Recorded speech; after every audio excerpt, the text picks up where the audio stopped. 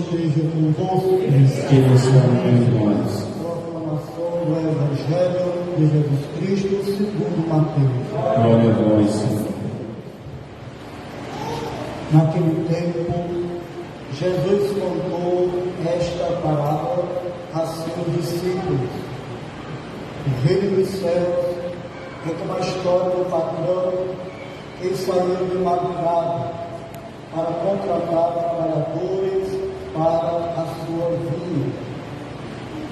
Combinou com os trabalhadores uma moeda de prata por dia e os mandou para a vinha.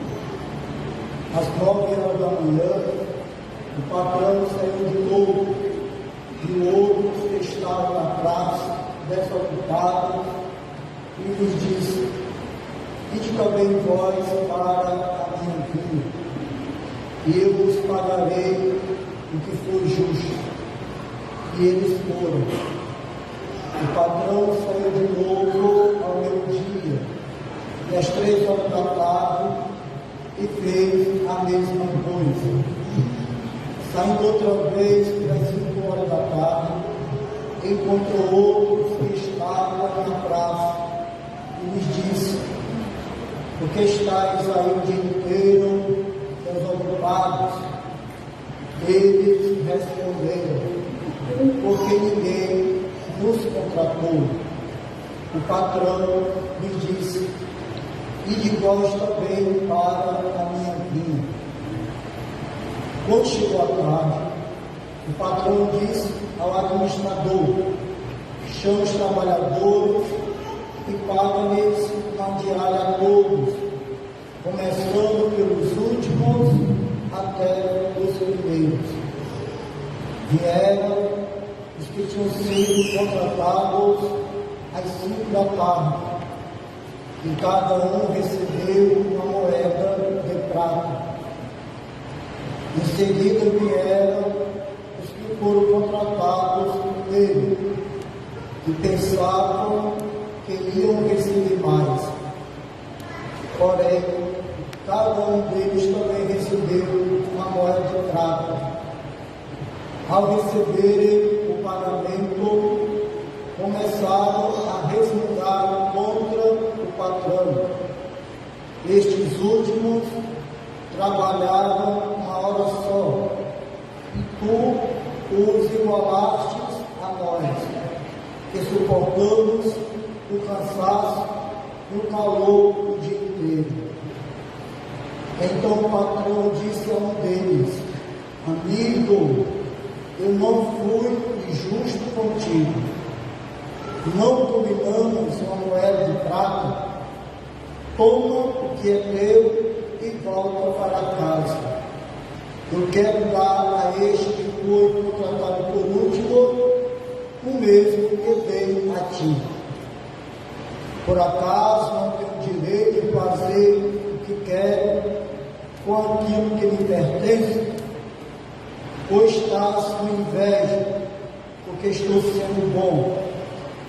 Assim, os últimos serão os primeiros, e os primeiros serão os últimos.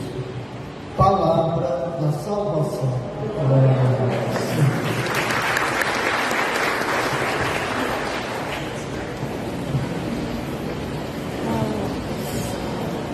Caríssimo povo, 98% das pessoas que seguiam Jesus naquelas multidões eram analfabetos. As pessoas não sabiam ler. Então Jesus, ele vai utilizar uma pedagogia que aquelas pessoas pudessem entender, pudessem assimilar, compreender a mensagem que ele estava transmitindo. Então Jesus, ele faz estas comparações do reino do céu, do reino de Deus, por meio das parábolas,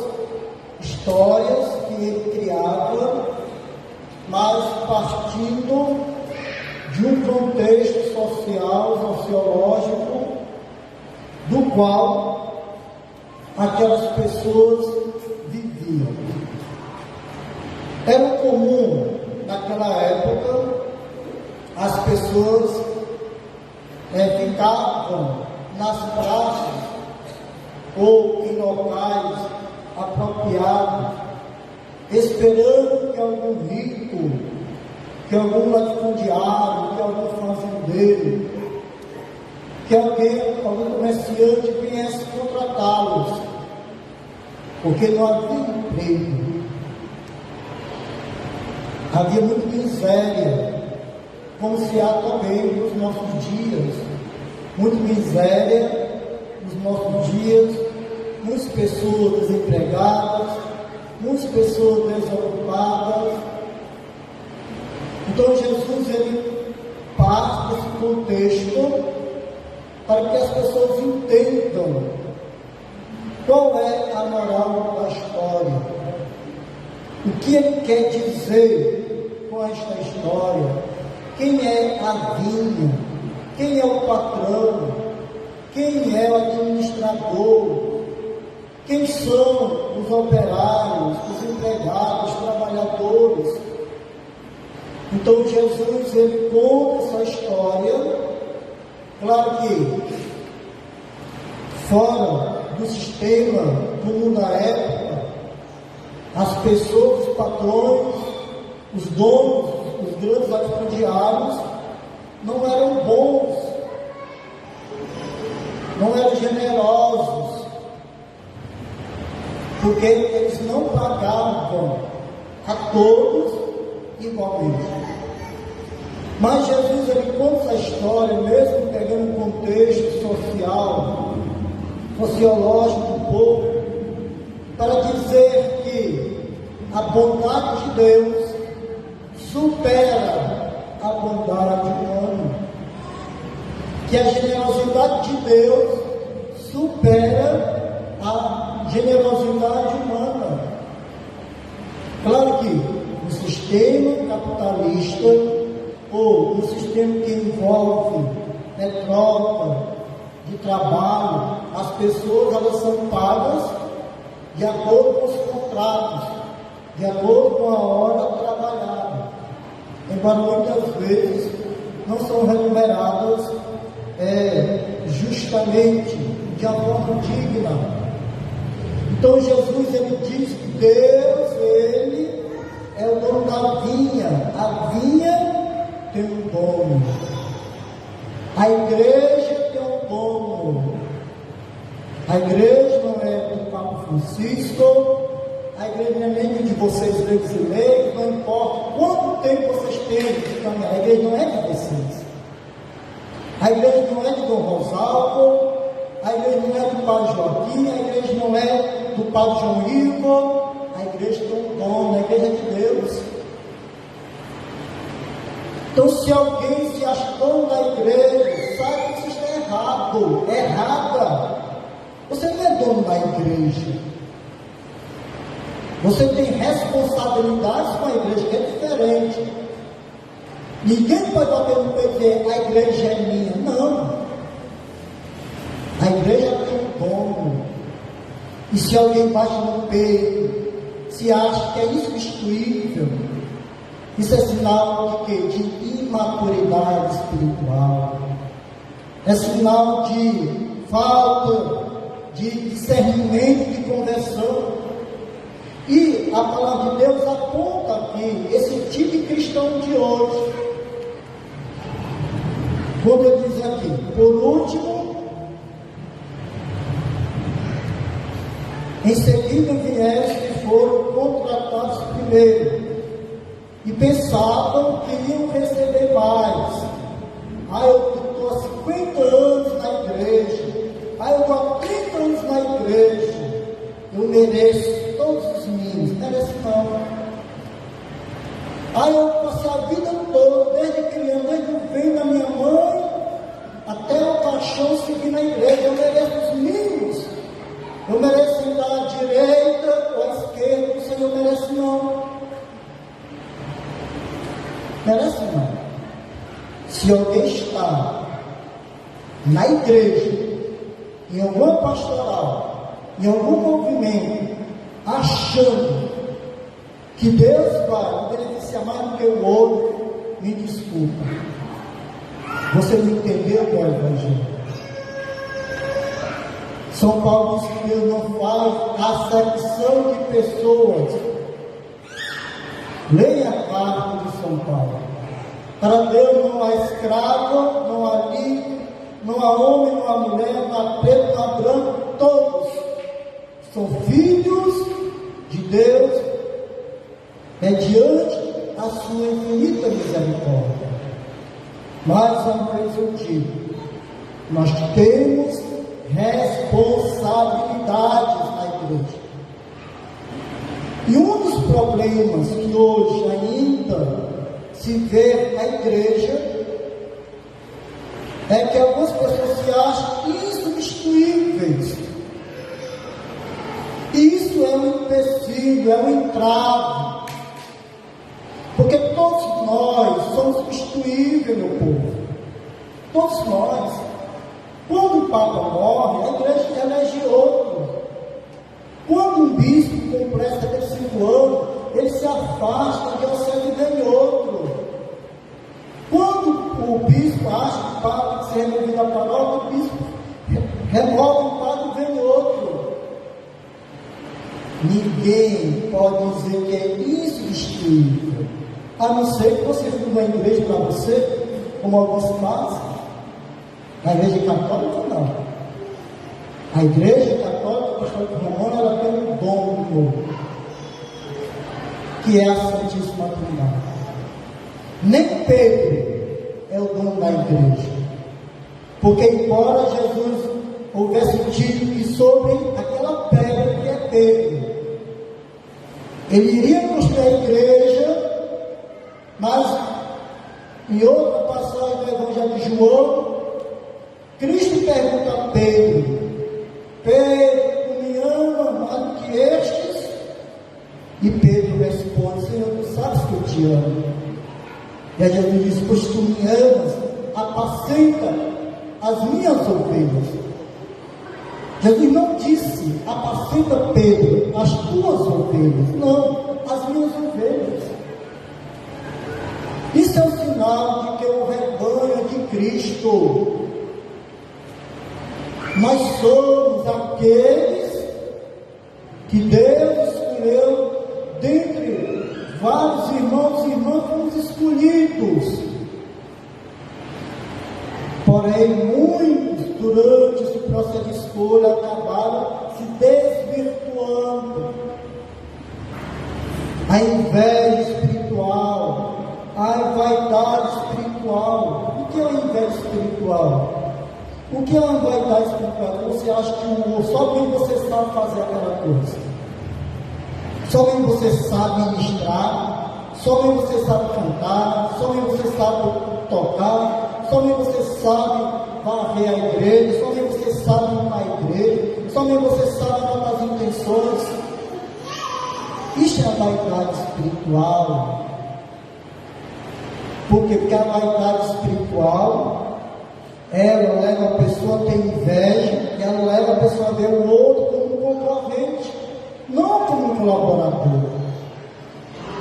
que foi este mal, foi esta visão distorcida, porque os primeiros que foram chamados, e o patrão disse: olha, eu vos darei como é de prata por dia. Os últimos que foram chamados, os primeiros que foram chamados, não viram nos últimos, embora tivessem chegado nos últimos minutos, mas não viram neles os colaboradores, aqueles que iriam ajudar ali a processar mais rápido a capina, a limpeza, a podagem da vinha. Mas eles viram aqueles últimos como concorrentes. Aí por isso que eles começaram a murmurar. De fato, o patrão não foi justo. Ele honrou com a palavra. Ele disse: darei a vocês uma moeda de prata. E de fato ele deu. Então eles foram sabendo que no final da lida, que no final do dia, iriam receber aquele pagamento. E aí o patrão foi bem justo. Vem cá, mas havia uma minha. Não foi eu que os chamei, que os contratei. Se eu quiser dar aos últimos, a mesma quantia que eu dei a vocês, o que te importa? É meu. Assim é o amor de Deus, assim é a misericórdia do Senhor Deus. Não importa se você nasceu dentro da igreja, e se você nunca saiu da igreja, não possa seja Deus. Mas não seja carrasco, não seja desumano com aqueles que ainda não estão na igreja, mas que amanhã poderão estar aqui na igreja. E não diz, não, tu é inexperiente, tu não pode nessa função, está chegando agora. Sim, mas para que existe pastoral? Para que existe o catecismo da Igreja Católica? Para que existem as formações? Não é justamente para qualificar os agentes pastoral? Para que serve o dinheiro do dízimo? Não é também para incentivar, investir na formação das novas lideranças? Por isso que muitas comunidades estão atrofiadas, porque a pessoa se acha dono da igreja, até ciúme da chave da igreja tem, mas a pessoa se esquece que um dia ela vai morrer, e a pessoa morre, e a comunidade fica atrofiada, aí todo mundo perdido. Não, mas era fulano fazer tudo, e agora morreu, e o que é que vai ser da igreja? O que é que vai ser da comunidade? Então o Evangelho de hoje nos ensina que Deus, Ele chama quem Ele quer. Deus não aceita ser manipulado. Se algum padre aceita ser manipulado, o problema do padre. Se algum bispo aceita ser manipulado, o problema do bispo. Mas ninguém manipula a Deus. Ninguém não manipula o Espírito Santo. Ele chama quem Ele quer, do jeito que Ele quer, na hora que Ele quer. De madrugada, às 9 horas, ao meio-dia, às 3 da tarde, às 5 horas da tarde. Ou seja, o tempo é dele. Lembrando que nós somos apenas servidores deste rei. E que nós não devemos ficar imaginando, quando eu chegar no céu, eu só vou andar do lado de Nossa Senhora, vou andar sempre do lado de Jesus. Reze para mim, para você ir para o céu. Independente se você vai andar do lado de Nossa Senhora ou do lado de Jesus, ali ombro a ombro. O importante é que você almeje alcançar o céu. Veja quanto que o Evangelho propõe a nós esta caminhada, esta renovação, esta meditação da palavra, para dizer para que eu estou seguindo a igreja. Qual é o intuito, qual é a finalidade do meu ministério? Para que eu dei o meu sim? Foi para agradar fulano? Foi para agradar alguém? Mas no dia que fulano ou alguém não mais deixa de passar a mão na minha cabeça, ou não mais concordar com as minhas ideias, aí eu vou desgostar de fulano, aí eu vou sair da igreja, aí eu não vou mais. Por quê? Porque a motivação de alguns não era servir o Evangelho, era servir outras pessoas com a intenção de receber gratificações. E aí, quando não recebe gratificações, ficam murmurando. Isso também acontece com os padres. Porque o bispo não me beneficiou com isso, porque o bispo não me beneficiou com aquilo, e eu vou desgostar do bispo. E também pode acontecer com algum bispo, porque o Papa me tirou dessa diocese, me mandou para lá. Ou seja, a vaidade espiritual, ela pode atingir qualquer pessoa, independente do grau, função e responsabilidade que ela ocupa na igreja. Mas cabe a nós, como também coube a estes que murmuraram, e o patrão não deixou passar despercebido e deu esta belíssima catequese. Por quê? Se o patrão não tivesse repreendido quem estava murmurando, ele ia continuar achando que o patrão era injusto. Mas o patrão disse: olha, amigo, eu fui justo contigo, te paguei exatamente aquilo que eu havia prometido. Ou seja, põe-se no lugar do outro, que é a questão da misericórdia. Se estes primeiro fossem os últimos, o patrão tinha sido tão generosos da mesma forma. Ou seja, a generosidade de Deus não está pelo tempo de serviço que nós ocupamos na igreja, mas é pela qualidade do serviço. É pela qualidade do serviço.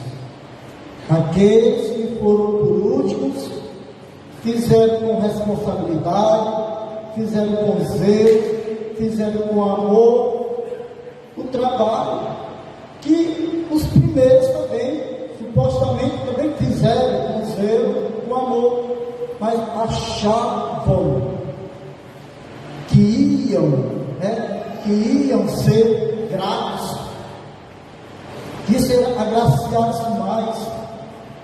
Claro, isso acontece, nas empresas privadas, também até na sociedade isso acontece, mas na igreja não. Embora nós vivamos em sociedade e somos influenciados e convivemos com as regras, com as normas da sociedade, mas não podemos trazer certos costumes, certas ideias de privilégios que tem no poder público, na iniciativa privada, e querer aplicar aqui na igreja. Por quê? Porque a igreja é um local onde, embora haja, como já disse, diferentes funções, diferentes serviços, mas perante esta mesa do altar, mesa do sacrifício, para Deus não importa se você está tentando na igreja, para Deus não importa se você vive hoje para a igreja, para Deus importa é a tua intenção, é a tua decisão por querer trabalhar na vinha, ser mais um colaborador da vinha. Então, é uma boa reflexão para nós. Não tenhamos medo de sermos substituídos. Todo mundo é substituído. Porque assim como alguém toca, o outro também pode tocar. Assim como alguém prega, o outro também pode pregar. Assim como o outro sabe ser catequista, alguém sabe ser catequista, o outro também sabe ser catequista. Então, vamos nos curar, já que é o mês da Bíblia, e lendo a carta, de São Paulo aos Efésios, que é a carta do mês da Bíblia. Vamos pedir ao Espírito Santo que nós aproveitemos esse trabalho da vinha, sejamos gratos ao Senhor por Ele ter nos chamados, mas que nós também devemos trabalhar as nossas dimensões humanas, como diz aqui o Evangelho, né? As murmurações, a inveja ou outros sentimentos humanos que são empecilhos para a pastoral orgânica, para a pastoral de conjunto, ou então que amedronta outros irmãos e irmãs que gostariam de estar naquela pastoral, naquele movimento, naquele serviço, mas muitas vezes não entram, não porque não querem, é porque não foi chamado, porque foi e viu que não era valorizado, não lhe deram espaço, e a pessoa acabou se desmotivando. Então rezemos para que nós possamos transformar nossa igreja hoje, a igreja do século XXI, nesta vinha do Senhor, que nós façamos o nosso trabalho e sempre se encontrarmos outros colaboradores aí pelo caminho, nas praças, nas ruas, em outros locais. E se você percebe aquela pessoa que tem uma virtude, tem um dom, pergunte, vem cá, você não quer nos ajudar? Nós estamos precisando de catequista, nós estamos precisando de colaboradores, nós estamos querendo ampliar a pastoral X, o movimento X, e a gente percebe que você tem essas qualidades, quer fazer experiência conosco. Aí a pessoa se sente valorizada. Puxa, alguém viu em mim algo que diz que eu posso colaborar, que eu posso acrescentar, que eu posso somar. Do contrário, quando alguém centraliza tudo, aquela pessoa, ela mata a comunidade, ela atrofia a comunidade.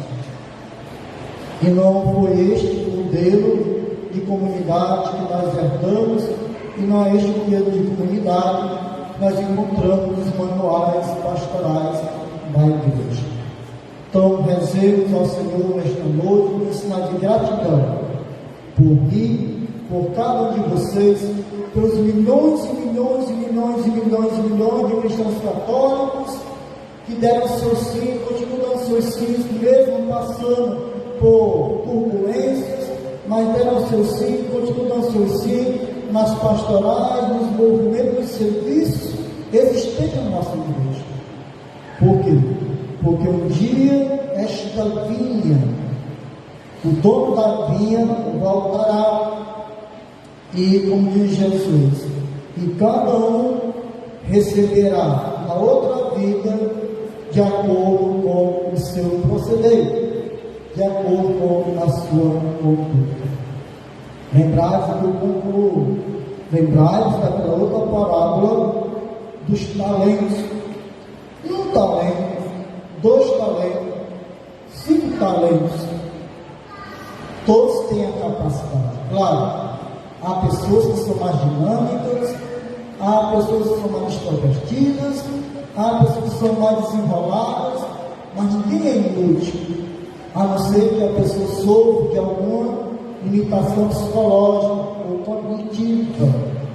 Mas se a pessoa não tem nenhum problema, cognitivo e nem de natureza psicológica, não importa se você recebeu um talento, 2 ou 5, o importante é que você faça aquele dom, aquele carisma que você recebeu do Espírito Santo, produza frutos, e esses frutos permaneçam. É assim que nós devemos entender, a lógica do nosso trabalho pastoral e missionário. Creio em Deus Pai Todo-Poderoso, Criador do céu e da terra,